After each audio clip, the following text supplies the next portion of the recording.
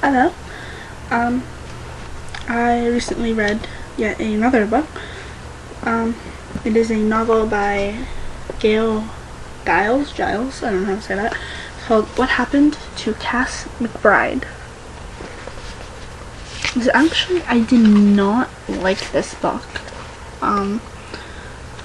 Reading the back, I thought it'd be awesome. Basically what happens in this book is a boy named Kyle Kirby, his younger brother David, tries to win his mother's affection by showing her that he is not such a loser, and tries to find a girl to date because she's always calling him gay, and it's like, oh well, you know, she's constantly on him.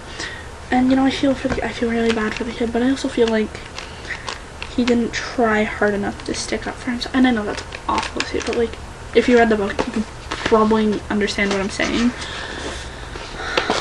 But he goes after the most popular girl in the school, who's also a bitch, but like an undercover bitch. Like, she doesn't show everyone, you've really gotta know her to get into that level. And he asks her out, and she rejects him. She says, oh, I've got plans that day. But she wrote a note saying, how low is he? I didn't realize like he existed. I thought he was gay. And she slips it under her chair in, I believe, her history class, which he is in, for her friend who comes in the next period so she can read it. Except for David finds it, and within days he kills himself. And I don't remember exactly what the note said, but I think words are teeth, and something about like they're gnawing him alive.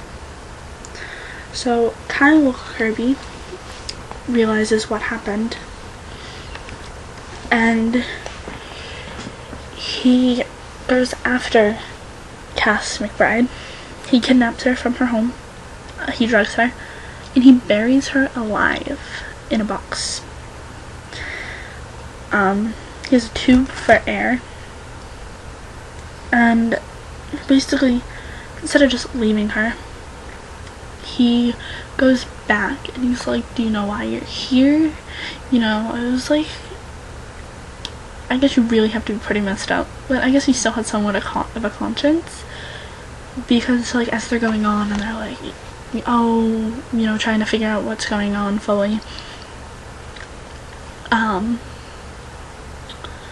he gives her water to keep her nourished, like so she doesn't like pass out and die. I mean, it was only like a trickle, but it was enough to keep her going.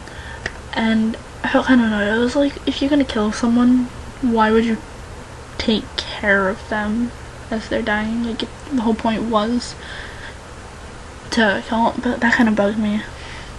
And then, you know, the parts where the detectives are trying to figure out what happened to the girl, and it's like, really? Can we just get back to like the main storyline? We want to know what's going on with Kyle and Cass. I don't know. And then Cass is like, even though she's in the lower position and she's about to die, she's, you know, she knows that this kid can just lift the tube and the dirt will fall in and she'll suffocate to death. She's still trying to gain the upper hand. I can understand, like, if you know you're gonna die anyways, you know, but she was being, like, it shows her thought process, and she was really bitchy, even to her thoughts, and I'm just like, really? Really? How obnoxious can you get? In the end, the detectives, you know, they get Kyle, they find out where she is, she's barely alive, you know, she wakes up in a hospital, and it's like, oh yay, the good guy won again, yay. I mean, some books I love it when the good guy wins, but this was just one. This book I was kind of hoping she'd die. It's really annoying. But I think part of the way is also the way the author wrote. I'm not much into it. But then after, when she's rescued, it's saying how she goes and she sits in her closet in the dark and she takes a walkie-talkie and she sits there with it to her mouth like she was in her coffin, and I was just like, really?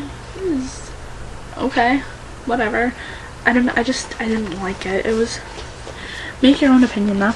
Don't let me shape it. It's a fairly short read. About 200 pages, 210. So it's a quick read. I mean, I read it in like a couple hours. I don't know if I'd reread it, and I'm thinking about just giving it off to a friend. Comment, leave what you think. If you think I missed any vital part, which I probably did, let me know. Right, till next time.